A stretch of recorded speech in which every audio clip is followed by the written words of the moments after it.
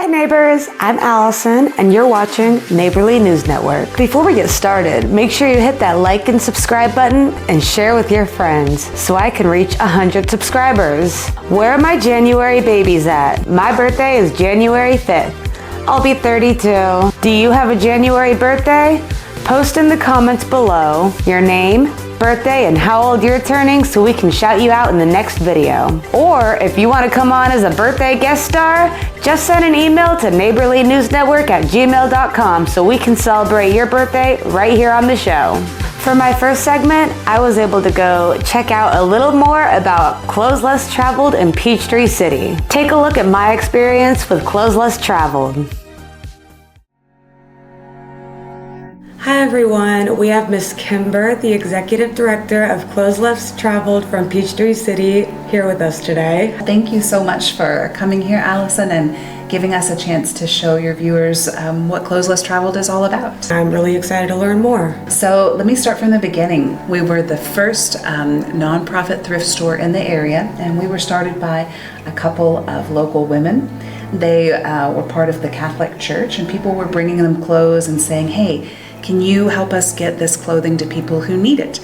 After a while, they found out that their offices were overrun with clothing, and so they decided to start a small thrift shop and sell the clothing at reasonable prices and use volunteers and then give the money away to local charities.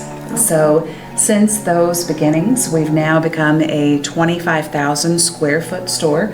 We sell all types of things from clothing to books to toys to furniture, pretty much anything that you could want.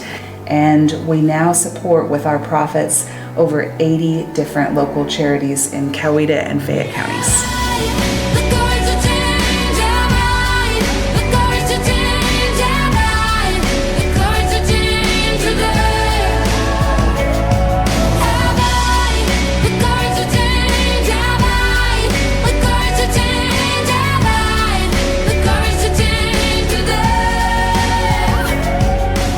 I've never heard of Clothes Less Travel anywhere else.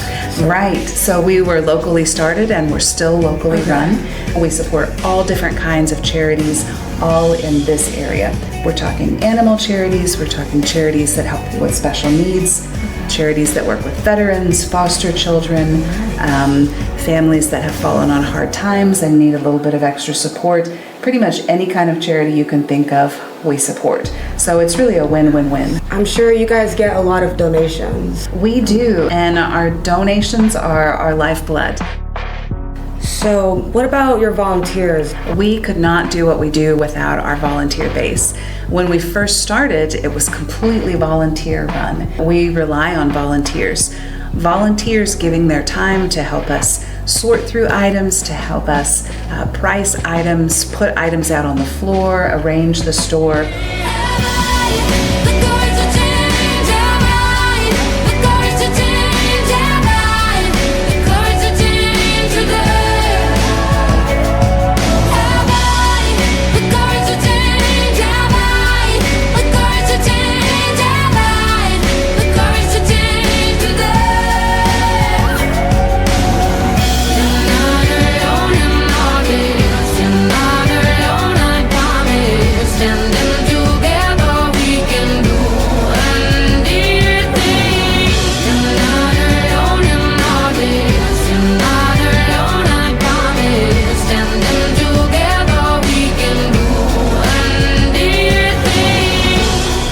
Since our founding, we've given away more than $8.5 million. That covers all of the charities that we've donated to, as well as our scholarship fund. We give scholarships to high school seniors and now college students who have volunteered a certain number of hours. How do you sign up to become a volunteer? You can go to our website, which is clotheslesstraveled.org, and click on the volunteer button and sign up at that point for orientation. And the new year is really a good time to begin thinking about something like volunteering. I just want to thank everybody who already supports Clothes Less Travel, whether it's as a donor or a volunteer or a shopper. When you work with us, you're supporting, again, dozens of local charities.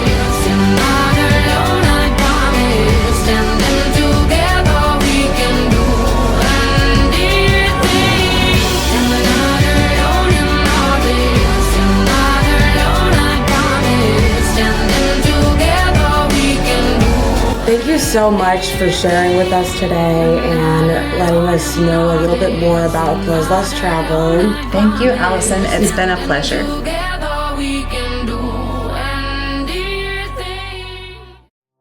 Happy 2025! I hope everyone had a safe and fun New Year's Eve and New Year's Day. So for this week, I have a challenge for you guys. Drop your favorite spot in Fayette or Coweta counties in the comments below. Whether it's a hidden trail, a restaurant, or your favorite coffee shop. Let's build the ultimate bucket list for this year. I'll pick one of your suggestions and go check it out in an upcoming video and give you a shout out. Even if you lived in Fayette County or Coweta County your whole life, there's still so much more to learn out there.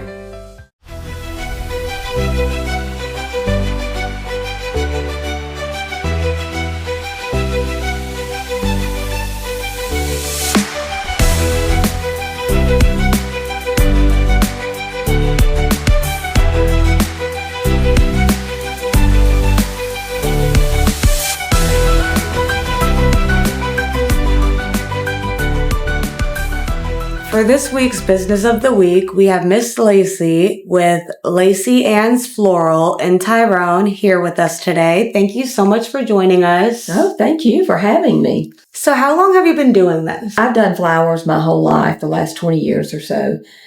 Just for family, friends, people would say, hey, I need an arrangement for my mother-in-law or my grandmother. If I bring you the flowers, will you put it together? And I would get just giddy, thinking about doing that. Yeah. So flowers have always been a passion of mine. So how did you get started?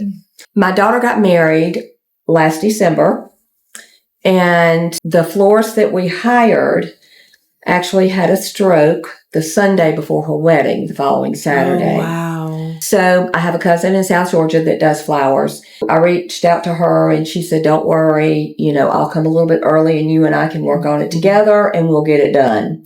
So that's what we did. And I decided while I was processing 3,500 stems of flowers here in what is now my floral studio, that this is what I was going to do. So what are your favorite flowers to work with? My favorite flowers are garden roses. When you put any kind of garden rose in any arrangement, it just makes it so beautiful. Yeah, Peonies, I like peonies. I don't know what that is. I don't know much about flowers. A lot of times people will substitute garden roses for peonies because peonies are really expensive. So do you have arrangements that are already made or is it all custom requests? I do occasionally have, several arrangements made up. I try to keep things here in the shop if people just stop by, so they can see samples of my work. Most all of my work is custom work because I love just designing and creating as I go. I just put something together that I think suits the occasion. How do you communicate with the client with their custom order? They will tell me what they want. They'll say, I have a friend that's just being diagnosed with breast cancer, and I want to take her some flowers that are really cheery and happy. If it's a birthday, I'll ask questions like, well, do they have a favorite flower, favorite color? Mm-hmm. Or do you just want me to do something that I think is appropriate? Especially if they've used me, they'll say, we know the work you do, you just create something. You do events like weddings? Yes, I do. What would be the best way to contact you? Well, I have a Facebook, I have Instagram, I have a website, LaceyAnns.com. The best way to contact me is through texting, believe it or not. So I see here in your studio, which is beautiful, by the way. Oh, thank you. That you have a lot of different sizes and kinds of vases on display. Yes, I try to do unique and different types of vessels to put my arrangements in. I have a petite, I have a small, and then I have medium, large, extra large, and then I have a statement piece. If you had a big long table like this, you would do something really grand that you wanted somebody to go, wow. Mm-hmm. So that would be a statement piece. My sister and I do this together. I'll choose things I find them in antique stores. We'll go in and redo them, and she repaints them for me in different colors and just depending on the occasion that I need. Easter, we do Easter baskets. So you do a really pretty basket with flowers, and that was a big hit last year. I see you have a lot of flowers sitting around. Do you have orders to fill with these? Actually, no. These are flowers that are left over from other orders. I will do what's called a Lacey's Lovey, and it's just a small arrangement. My husband and I will take them to local nursing homes, to people that might not have family that comes by to visit, and just to kind of brighten their day. Back before Christmas, I had a lot of beautiful flowers left. And so I made up 2 arrangements with them, and I put them in my car, and I just thought, you know what, while I'm out running errands today, I'll run into somebody that I feel inclined to give these arrangements to. I was in Kroger, and I met this lady, and she was very nice, and we just, hit it off and started talking, and she was telling me that she made gingerbread cookies for people, and she used that money to pay for things for kids. I told her how nice I thought that was, and that I like to do nice things for people too. And so I said, in fact, I've got a flower arrangement in my car that I'm going to give you. I'm a local florist, and I couldn't stand to watch them just go to waste. She was so excited about it and ended up asking me if I would make her arrangement for her Bible study. Flowers make people happy. They make me happy. Yeah. And I enjoy just putting a smile on people's faces, because you never know what they're going through, and that might really make them feel good for that day. So make sure that you reach out to Miss Lacey for all of your floral needs and to come check out her studio. I'm also going to be having an open house early spring, and my husband, who is retired, has a knife sharpening business, and so he is going to be doing free knife sharpening. People can come out and see our blades and blooms. That sounds great. Can we come? Absolutely. Okay, well, me and my husband, we will be there. Please and do. make sure that you guys come check it out as well. No problem. It's my pleasure. Thank you for providing me with this opportunity. So last week's poll was, which smaller community would you like to see more of in future videos? Moreland, Sharpsburg, Brooks, or Tyrone? This poll continues this week. You can find the link in the bio, or it will be posted in the comments. Since right now Sharpsburg is in the lead, I want to go discover a part of Sharpsburg that I drive by on 16 every day and never actually stopped. Check out this next segment of Small Town Chronicles.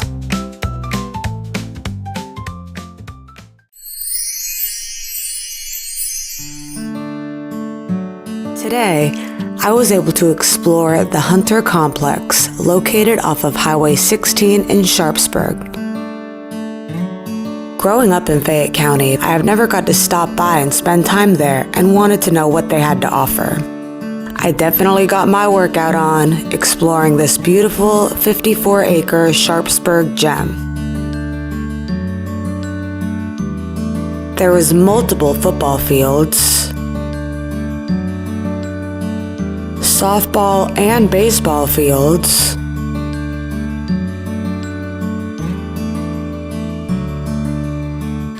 miles of walking trails,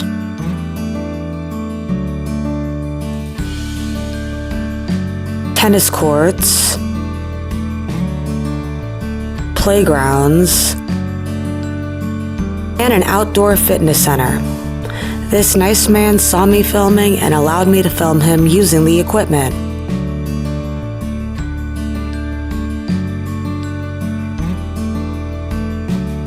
There's also tons of field space for picnics, flying kites, or any other outdoor activity.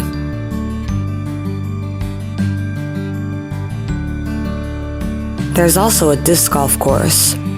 Disc golf is like regular golf, except with frisbees, making it into a target.